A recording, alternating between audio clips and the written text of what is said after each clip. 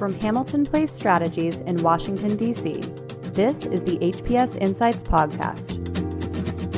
Welcome to HPS Insights, a regular podcast from Hamilton Place Strategies analyzing the current events impacting the business and political communities. I'm your host today, Michael Steele, a partner here at the firm. Today I'm joined by Kelly Wanser of SilverLining to discuss her work in this important area. So just start by telling me a little bit about your organization. So I am the founder and executive director of SilverLining, which is a 3-year-old nonprofit specifically focused on near-term climate risk.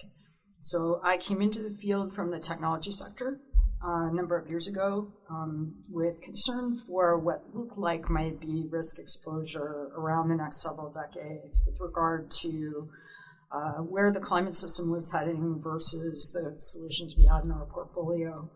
So SilverLining is really a mission organization that's dedicated to defining a trajectory where we would have sufficient information and research on options to ensure that we have safety in your system and that we can do that in the next 5 to 10 years so that we can cover any risk exposure we have in the next 30 to 40 years while we're working on the portfolio for reducing emissions that address the underlying climate problem. So you're trying to save the planet? In the first part of the problem space, yes. Yes, which is a pretty important project. It's the part that buys you the time for the next part of the problem space. So we think that there's exposure to risks that we don't understand very well. We think there are tools that we might need. Scientists have given us some indication of where those tools might live that we might work on. And so our work is spanning across government advocacy as well as we have a private research effort. And we work with different types of stakeholders in different parts of the equation to drive research forward and also to drive science-based policy. Right. That we really look at things in an evidence-based, science-based way and that we work together on decisions in that way. And so when you talk about the tools that may be available, what are they? What is climate intervention? What does that look like? What are the areas that may be fruitful in that endeavor? Well, that's a great question. And some scientists started to look at that question a couple decades ago. And there were a couple of big scientific assessments that went through looking at kind of the various things that were proposed if you wanted to cool the climate quickly in a few years or a decade. And everything from mirrors in space to plastic sheets on the Arctic to bubbles on the ocean, white roofs. And where the scientific community landed in both the UK and the US was that the most promising approaches are based on some of the processes that are part of what keeps the Earth system cool, which is the reflection of sunlight from particles and clouds in the atmosphere. What makes the Earth from space look like a shiny dot, the pale blue dot. And there have been observations of how sunlight gets reflected off changes in the composition of particles and clouds in the atmosphere that have led them to believe that a small tweak in that reflectivity, like a 1% to 2% increase in how reflective the atmosphere is, could provide several degrees of cooling. And so that's the kind of starting point, is basically leveraging the atmosphere as a piece of technology. But it's a challenge because these atmospheric processes that drive how cooling works are one of the bigger uncertainties in what we know about climate and weather. Right. So it forces us to hone in research-wise and research investment-wise not only on, are there new tools, but actually the new tools are based on the existing atmosphere. And so there are some investments that we haven't quite made well enough in understanding and observing that atmosphere, which now might be something we can leverage to help stabilize the system for a little while. I want to come back to the tools in a second, but let's talk a little bit about the potential near-term risks. I mean, what are the things that keep you up at night? What are we not worried enough about in terms of the potential for near-term climate catastrophe? Well, so I think there are really three things. The first thing is something that the IPCC came forward and said very blatantly for the first time in their recent report, which is that regardless of what we do with emissions reduction over the next 30 years, the Earth will continue to warm. Right.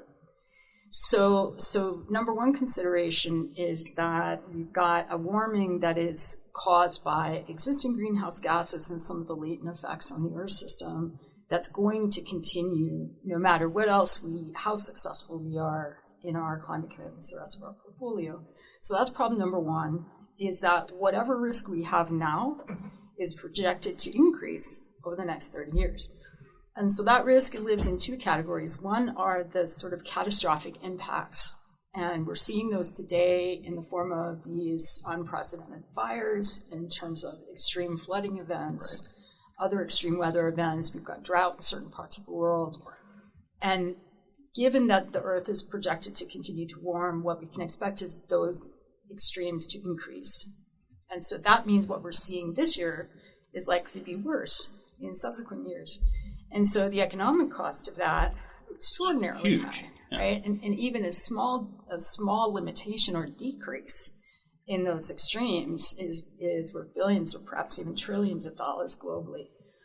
And so just looking at what is a highly probable increase in the extremes that we're seeing now, enormously costly, and even in what is projected relatively conservatively about displacement of people, some of the projections now are 1 billion people displaced by 2050. Yeah.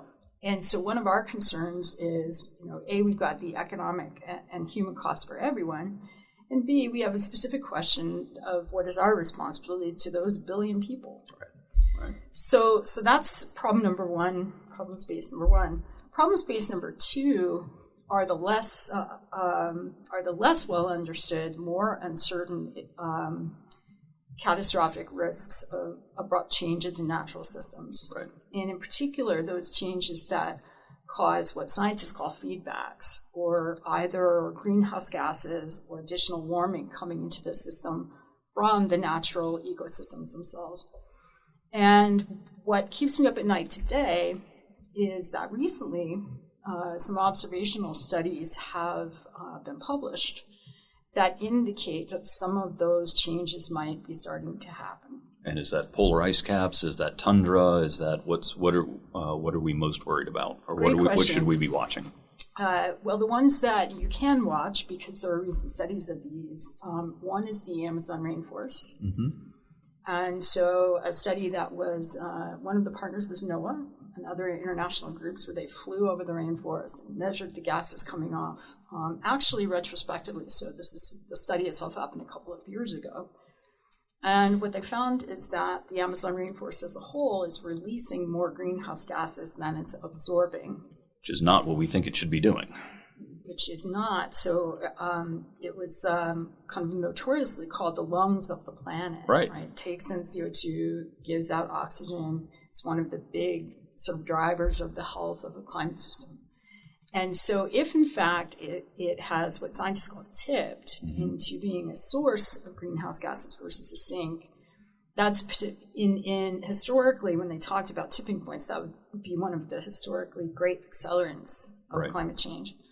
What we don't know, and what SilverLining is uncomfortable with our lack of knowledge about, is whether or not whether or not that's reversible or arrestable, or temporary as a result of some,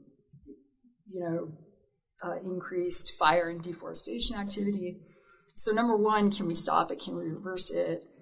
Number two, what happens downstream of that? Right. So the reports that have come out about climate change recently, which are pretty concerning of themselves, those projections do not include this. And so we're very concerned that we rapidly are able to build this into our estimates of what risk picture do we have, and what, if anything, what might we need to arrest or reverse the situation, policy-wise, other measures-wise. And so the Amazon rainforest is one really important example.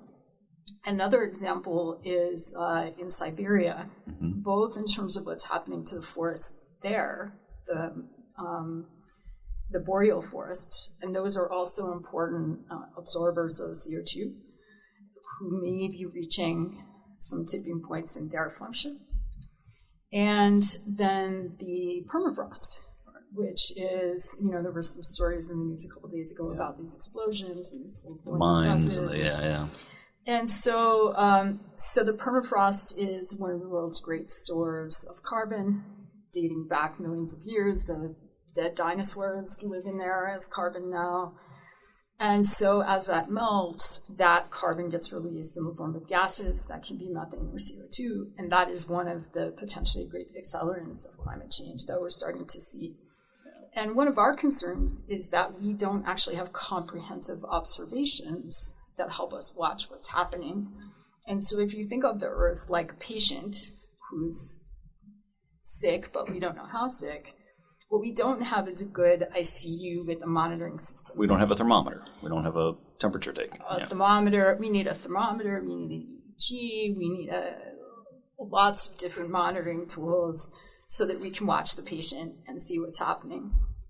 And so today, one of our big concerns is that we don't have good monitoring of these potential abrupt changes, and we also don't have the tools to help us quickly and effectively model and do risk assessment. Right.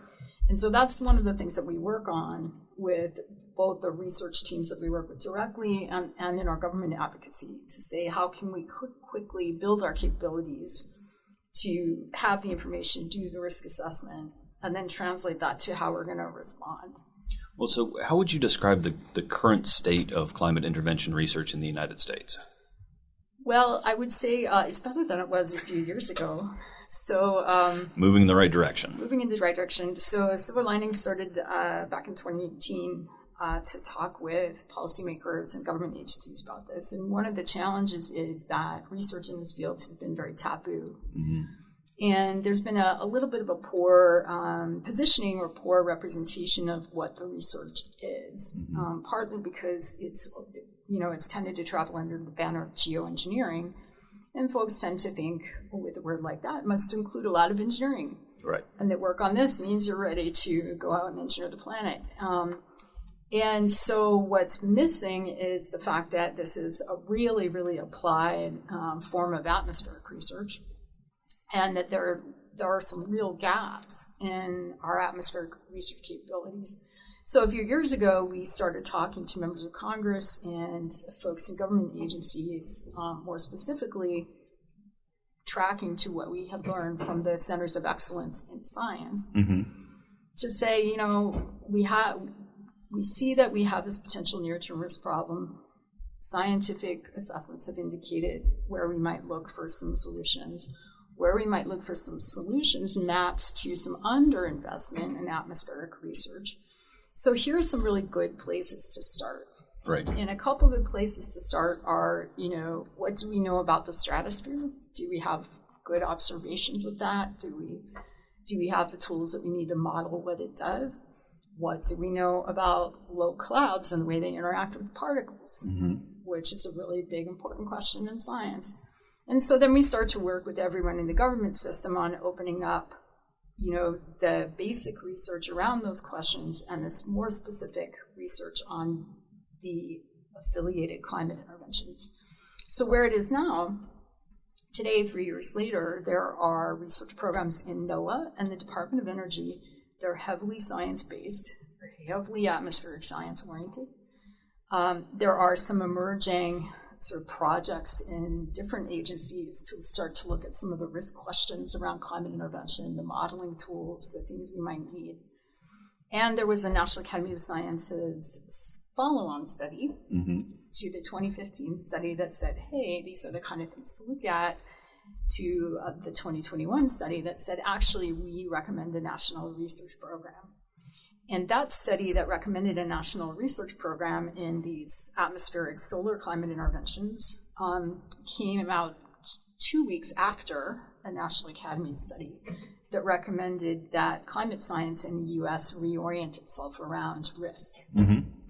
So for us, where we've seen a pretty big shift in the past 3 years in the U.S. scene is that climate intervention research has a place in the sort of legitimate science functions, and it's moving forward in the right place, which is heavily in atmospheric research and climate research, and geared towards what we hope is how when good decisions are made about the environment and climate, or medicine or vaccines, they tend to run through a heavily science-based process where there's a lot of open science, there's a scientific assessment, and most people looking at information can start to agree on what it says. Come to consensus, yeah. So that's what we're hopeful that in the United States, especially since we have a lot of the assets that you need to study this question, and not every country does, that we may be, despite all of our dysfunction in many areas, moving this forward in a helpful and constructive way. And the other final thing I'll say about it in the U.S. is it's been bipartisan. Right. So it's been very bipartisan in Congress, and it's been a place of agreement and a place of increasing support for climate research and observation. So we've just been talking about the situation in the U.S., but this is obviously a global issue. How has SilverLining approached climate intervention in an international setting? Well, that's a great question because they're quite intertwined. Mm-hmm. And so we, a couple of years ago, we were really interested in the question of when the world makes decisions together about environmental issues, what are the characteristics of when it works well, and what are the characteristics when it doesn't? And so we started an effort where we worked with two top U.S.-based international climate law and policy experts, Dan Badansky, who wrote the book International Climate Law, who's at ASU, and Sue Biniaz, who was at the UN Foundation and is now the lead climate negotiator for the U.S. and the State Department. And so we have a series of papers that they worked on that were really about traversing through for something like solar climate intervention, which is global by nature, highly scientifically complex, and sits in the context of a risk-risk situation. What are the fora for how decisions get made about that internationally? Mm-hmm. What are our options for where to take it? What would it look like if you were to try to design or work forward on a process that was effective, and that particularly was effective in the context of one of the important principles of international environmental law, which is safety. So they oriented sort of their review around that principle of safety, and then looking at the context of international fora and how you move things forward. And so the second principle after safety, when these things work well, is the science basis. And where are those places where there's a strong science-based approach to how decisions get made? And how closely linked are the science and the decisions? And the gold standard for that turns out to be the Montreal Protocol, which governs the ozone layer, which is arguably the most successful environmental effort internationally by humanity. And interestingly, it's incredibly strongly science-based, science-driven, and also it is the only legally binding mechanism that is signed by all the countries in the world. So looking at that and saying, okay, well, we're really interested in, how can we move things forward in a way where the world can engage with and respond to the science, and preferably make decisions together, and preferably comply with them together.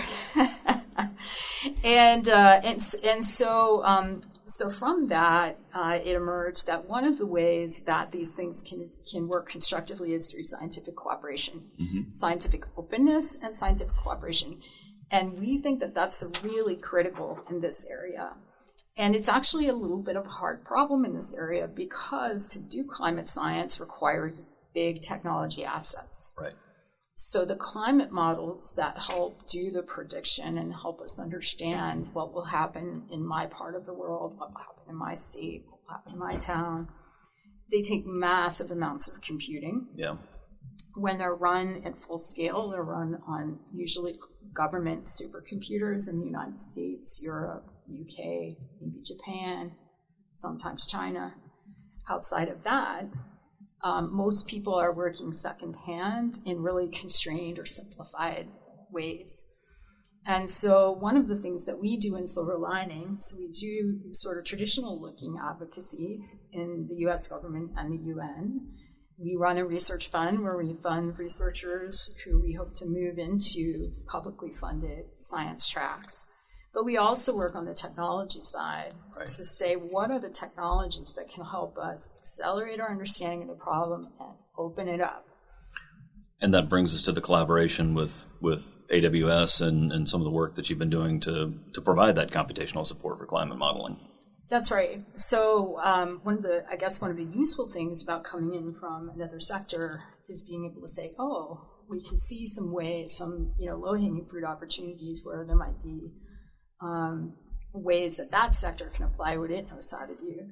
And in the case of climate science, we have this really interesting circumstance where it's operating in what tech we call a really legacy way, pretty old school, like everything's on the supercomputers and everybody has to, submit a grant and wait for the bureaucracy and all that sort of thing.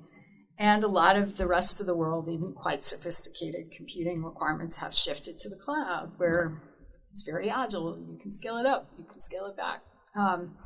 And so but climate models in particular are at the extreme end of sophistication for what you can do. So they're very large and they operate in a way that usually requires tight network interfaces.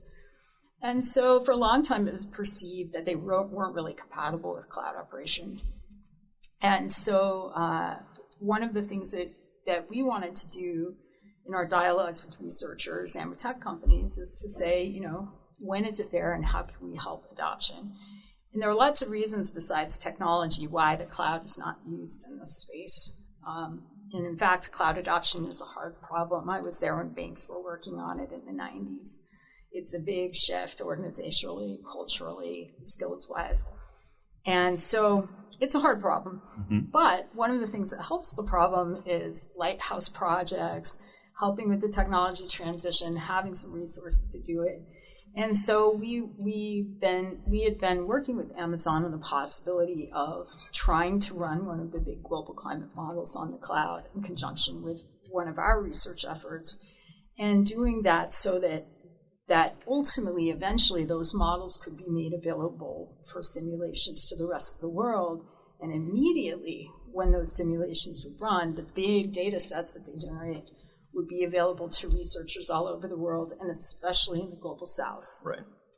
So that's something that we just announced a few weeks ago and is going on right now. And it's a bit of a game changer in terms of what it means for participation in research by people in the global south in particular, but really all kinds of researchers. And it's a pretty big game changer in terms of transparency. Which, if you think about something sensitive and something that everyone has a stake in, when we think about governance and what's important for the world to make decisions, that sort of transparency and access is something that we think is critical. That makes sense. And what are some of the other major initiatives that you've launched as part of SilverLining? Well, so despite the fact that we had an initial practice thrust towards climate interventions, the kind of information that we need to make decisions about these things has taken us in directions we didn't expect. And so, as I mentioned earlier in the podcast, we ran across what looked to be a pretty severe underinvestment in our ability to monitor and observe the atmosphere and the surface. And I can take a little side segue into what satellites can and can't do. Right. There's yet another news story today claiming satellites to do it all. But I've become very entrained in what satellites can and can't do, and they can't see at night, and they can't see under clouds, and they can't vertically resolve things. There's a lot that they can't do. And so we ended up really interested in making sure that we had the first order data. What is the system actually doing? And if you were going to, put material into the atmosphere to slightly brighten it, you would be very literal about wanting to have great information about what was in the atmosphere and what the atmosphere was doing. Turns out we need that for greenhouse gases too. And they're influencing the atmosphere and the data that we have about where they come from. and how they behave is actually very weak.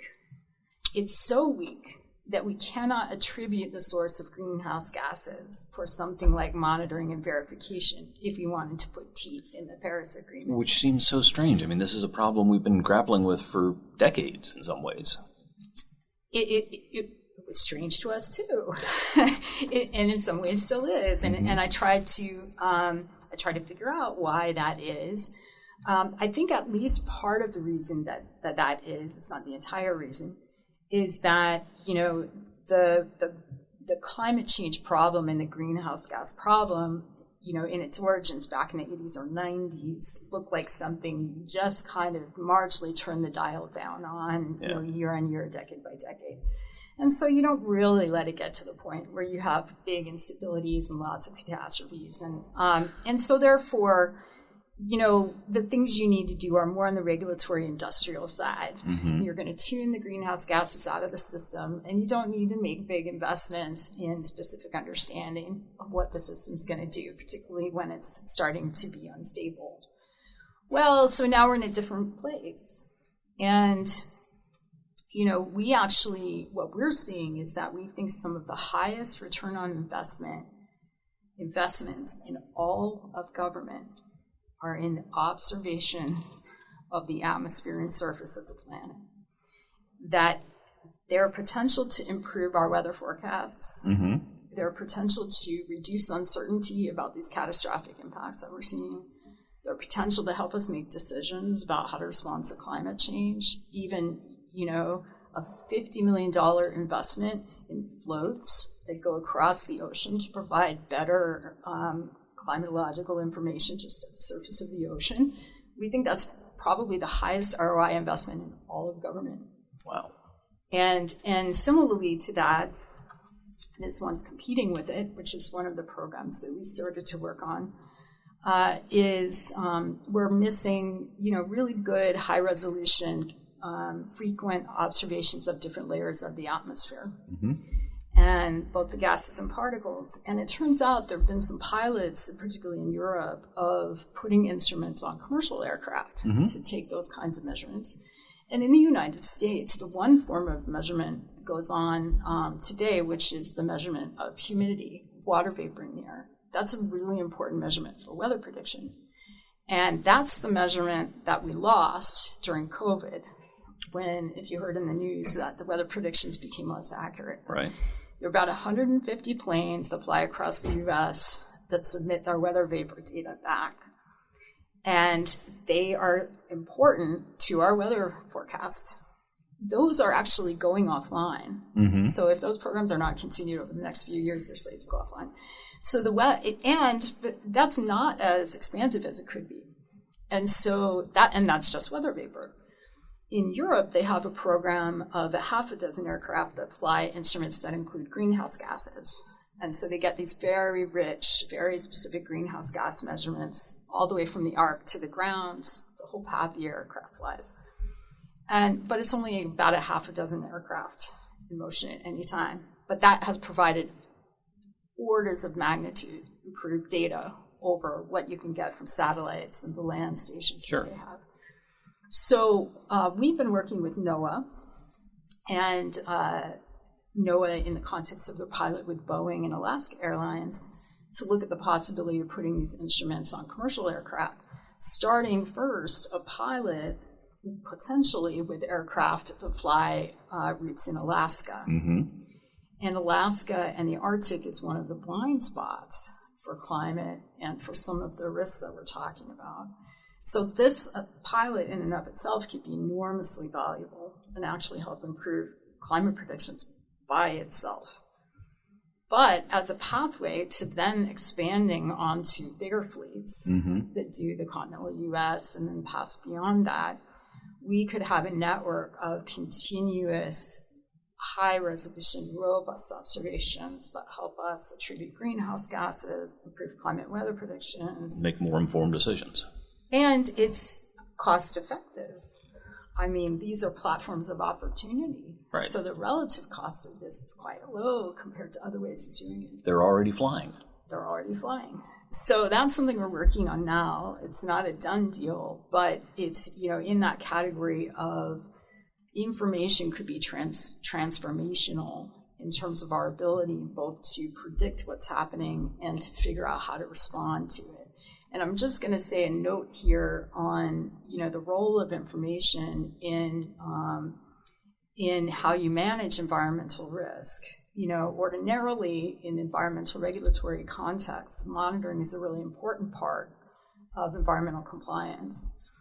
If we look at climate and emissions, we're lacking that monitoring layer. And everything that's being postulated right now in the US and in the UN is based on self-reporting. And for folks, you've got market-based folks here, you've got, not a lot happens in the commercial sector that relies purely on self-reporting. Right. Trust but verify is an important business. So this has been a great conversation. I want to, for the folks who are listening who are policymakers, regulators, congressional staff, where should they go to get more information about this topic, to learn more about both SilverLining, but the topic itself and the work that you're doing? Well, I will say to go to silverlining.ngo. We are a .ngo, which is an extension not many people are aware of. Mm-hmm. And on SilverLining, we published a report for U.S. policymakers, which actually gives a pretty good end-to-end coverage of the near-term climate risk question and the climate intervention question. There's also the recent National Academy of Sciences report, mm-hmm. Both the pair of reports that came out in March of 2021. Mm-hmm. So the report on what they call in the report title, Reflecting Sunlight to Cool Earth, and a national research agenda for that. And I'm not immediately remembering the title of the report on the U.S. national, I think it's the U.S. Global Change Research Program, mm-hmm. National Direction, something to that effect. Something similar. And so those are good kind of starting points on a U.S. policy basis. If you want something really quick, I have a 12-minute TED Talk. It's on the website to get you acquainted. So those are some good starting points. I would also point you to either our website or C2ES, c2es.org. C2ES is the nonprofit NGO that organizes the UN climate negotiators in advance of the big climate meetings. And they published the papers I was referring to about earlier about international governance. By Sue Binias and Dan Badansky. And I would say those are really, if you're looking at the international context, those are the place to start. That's terrific. Well, thanks so much to Kelly for joining me today. I'm Michael Steele. As always, thanks for listening to HPS Insights, and have a great day. Thank you. Thank you for listening to the HPS Insights podcast, produced by Hamilton Place Strategies. For the latest updates, follow us on Twitter at HPS Insights, and follow us on the web at hamiltonplacestrategies.com.